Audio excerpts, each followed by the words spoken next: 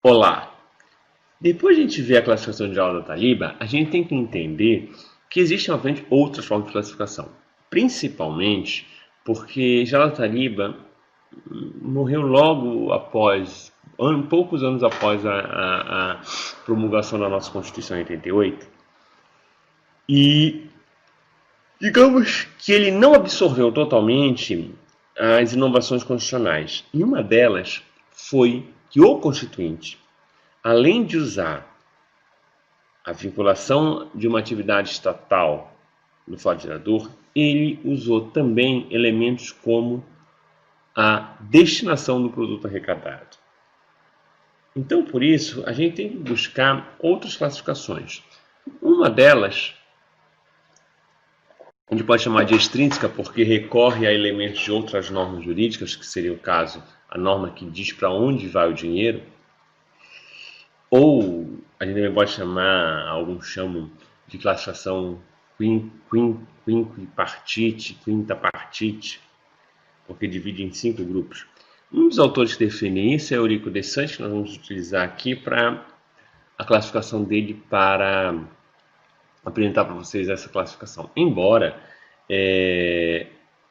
possa haver uma diferença ou outra no método, mas todos os autores que entendem que existem 5 classes tributárias chegam na mesma conclusão e nos mesmos critérios. Então não é uma inovação do professor Eurico, mas a forma como ele fez, ele fez de uma determinada forma, mas o Tarek Salem que usou uma outra forma, o Choueiri, o Luiz Eduardo Choueiri usa. Então, você tem vários autores que trabalham essa classificação em cinco categorias. Você pode variar a forma como chega no resultado, como chega, mas o destino é o mesmo. São 5 categorias com 3 características, né? Há 3 critérios que se utilizam. Colhe-se lá do geral da Taliba o critério da vinculação a uma atividade estatal. Então, a ideia de que o fato gerador, a hipótese tributária, pode ou não ter uma atividade estatal descrita nela, que esse critério tão poderoso, tão relevante, continua sendo adotado para fazer a classificação. Só que a eles são combinados mais 2 elementos. A destinação do produto arrecadado, ou seja, eu arrecadei, para onde eu envio esse valor? O produto arrecadado é o exemplo das contribuições previdenciárias. Você paga e elas necessariamente têm que ir para a Previdência. Tá? Então você tem o constituinte falando a destinação do produto é um critério relevante, tanto que eu usei para diferenciar contribuições de impostos. E há também a restituição do valor pago, que é o traço que torna peculiar o empréstimo compulsório, que na Constituição de 88 claramente é um tributo. Fazendo a combinação de todos esses 3 elementos, Eurico encontra várias classes e consegue localizar em 5 delas tributos. As demais hipóteses são conjuntos vazios que eles consideram. Então, veja, as taxas são vinculadas a uma atividade estatal, ou seja, o fato gerador da taxa é uma atividade estatal, obviamente provocada pelo contribuinte, mas uma atividade estatal.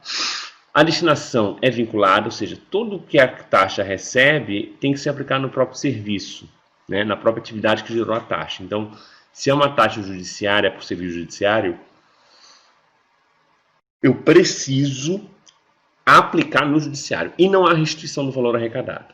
As contribuições de melhorias também são vinculadas a uma atividade estatal, ou seja, no caso a obra pública que vai gerar a valorização do imóvel, porém a sua destinação não é vinculada, ou seja, quando a contribuição de melhoria entra no cofre público, ele não precisa ser reaplicado na mesma atividade. Porque, veja, normalmente a contribuição de melhoria deriva de uma valorização que uma obra pública gerou. Vamos imaginar que a prefeitura construa um parque ambiental numa determinada área e haja uma extrema valorização imobiliária por conta daquela ação. Ele pode cobrar a contribuição de melhoria. Nessa cobrança, o que entrar, ele pode destinar para qualquer finalidade. Tá? E, obviamente, o valor não é restituído. Há um empréstimo compulsório que normalmente não é vinculado no Estado estatal, embora esse ponto, a classificação do Eurico é problemática porque nada impede na Constituição que se coloque o empréstimo compulsório vinculado a uma entidade estatal, mas ele dá uma explicação lá de ordem lógica para dizer que aqui seria um não. Tá? A destinação do produto arrecadado é vinculada, ou seja, o empréstimo compulsório ele tem que obedecer sim a uma destinação desse produto, que a própria lei que institui o empréstimo compulsório define. E a nota mais característica do empréstimo compulsório é, sem dúvida, a restituição. É a restituição que torna peculiar. Ele é o único imposto, é o único tributo que eu vou restituir. Você tem um outro grupo, que na verdade reúne zilhões de espécies tributárias, que são as chamadas contribuições ou contribuições em geral. Elas têm hipótese de incidência, o seu fato gerador, não vinculado a uma atividade estatal. Então, é uma atividade do particular que gera a obrigação de pagar esse tributo. Agora, eles têm como traço ter um produto que se arrecada destinado previamente. Então, quando você paga a contribuição, ela tem sua destinação previamente determinada. Então, a contribuição, as contribuições de forma geral, como as contribuições previdenciárias, as contribuições de autonomia econômica, por exemplo, elas não dependem de uma atividade estatal, ou seja, o fato gerador, a hipótese de incidência, não é vinculado a uma atividade estatal. O seu produto arrecadado ele tem uma destinação previamente determinada e, obviamente, não restitui, já que o único tributo que restitui é um empréstimo compulsório. Por fim, o imposto é tudo não. A atividade, o fato gerador não está vinculado a uma atividade estatal, está vinculado a uma atividade eminentemente privada. Não há uma destinação prévia do produto arrecadado, pelo menos não na lei que cria o tributo, e a sua restituição não existe. Lembrando que o único que eu restituo é o empréstimo compulsório. Tendo essas 5 categorias, a gente poderia classificar da seguinte forma. Dentro da categoria impostos, nós temos os impostos, todos eles. Dentro da categoria taxas, a gente poderia colocar as taxas e o pedágio. Há uma discussão se pedágio é tributo ou não, isso aí fica para um outro momento. Contribuições de melhoria, tem as contribuições de melhorias. O empréstimo compulsório também tem só um tipo de tributo dentro dela, empréstimos compulsórios. Dentro da categoria contribuições gerais, a gente pode colocar aí dentro as contribuições sociais, as contribuições em termos de domínio econômico, as contribuições em termos de escritores profissionais ou econômicos, e as contribuições para o custeio do regime da previdência social e as contribuições para o custeio do serviço de iluminação pública. Notem que a gente está tentando botar aqui o que a Constituição fala. Mas se você for olhar, dentro de impostos você tem imposto de renda, imposto de importação, taxas, você tem uma infinidade de taxas. Todos eles estão dentro desses grupos. O importante é compreender que a regra geral são esses 5 classes tributárias. Tanto que o STF, pelo menos no estudo feito por Renato Lopes Becha, ele defende que o STF adota essa classificação quinquipartite, ou seja, em 5 tributos: impostos, taxas, contribuições de melhoria, empréstimo compulsório de contribuições sociais e contribuições em gerais. Eu vou mostrar um julgado agora que contraria um pouco isso. Só que o fato é o seguinte: apesar da J. Taliba ter sido um autor genial, ter aberto caminhos para o direito tributário que depois outros autores contemporâneos como Paulo de Barros, Roca Rasa, José Eduardo Soares de Mello prosseguiram na sua análise, principalmente Paulo de Barros Carvalho, é inegável que essa classificação em 5 grupos foi a que se consagrou. É a classificação que melhor traduz a realidade tributária. O STF tem um julgado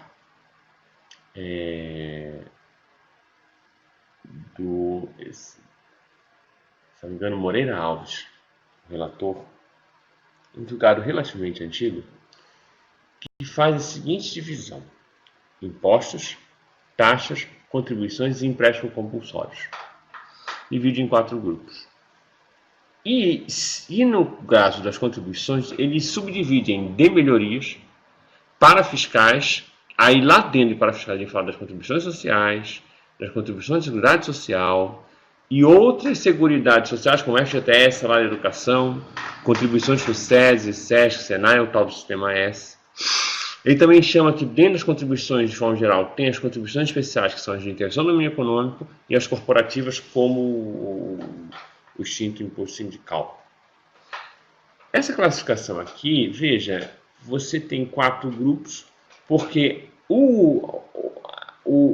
a contribuição de melhoria ele foi incluído dentro das contribuições. Essa classificação da STF é problemática, porque se a gente notar aqui no nosso quadro, a contribuição de melhoria, ela tem como traço, vou pegar aqui uma corzinha.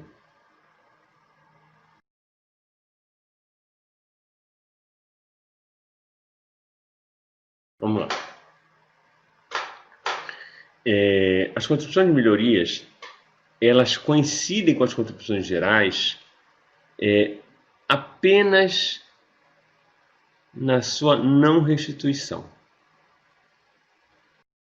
Porque se você notar, a condição de melhoria é vinculada e as contribuições gerais não são vinculadas à utilidade estatal. Ou seja, o fato gerador não tem uma ação estatal descrita neles. As contribuições sociais, contribuições de intervenção no meio econômico, sempre descreve uma ação privada. Já a contribuição de melhoria tem sim uma ação estatal. Ademais, a destinação da contribuição de melhoria não existe. Você arrecada e não tem que ter uma destinação prévia. E a contribuição geral, sim, ela tem uma destinação previamente determinada. Então, por conta disso, autores como o Tariq Mussalem criticam essa classificação desse julgado STF. Além do que, você nota que não tem nenhum critério muito lógico guiando a classificação. É muito mais quase intuitiva. Já a classificação em 5 grupos, impostos, taxas, contribuições de melhorias, empréstimos compulsórios e contribuições, de forma geral, que o STF vem adotando, conforme a ensinação de Renato Lopes Becho, é talvez a melhor classificação, é a consagrada. No fundo, nós temos 5 tipos de tributos. E ao longo da nossa disciplina, principalmente nas unidades finais, quando nós vamos nos debruçar sobre os tributos em espécie, nós vamos usar essa classificação em 5 partes. Nós vamos ter um momento de estudar as taxas, o outro para estudar as contribuições de melhorias, o outro para estudar o empréstimo compulsório, impostos, taxas, contribuições de melhorias, empréstimos compulsórios e as contribuições gerais. A gente vai ter muito para estudar todos eles. Tá? Vamos começar provavelmente pelas taxas, depois seguir para contribuições de melhorias, depois seguir para o empréstimo compulsório, ir para os impostos e terminar nas contribuições de forma geral, que são vários tributos que tem lá. Ok? Desejo a todos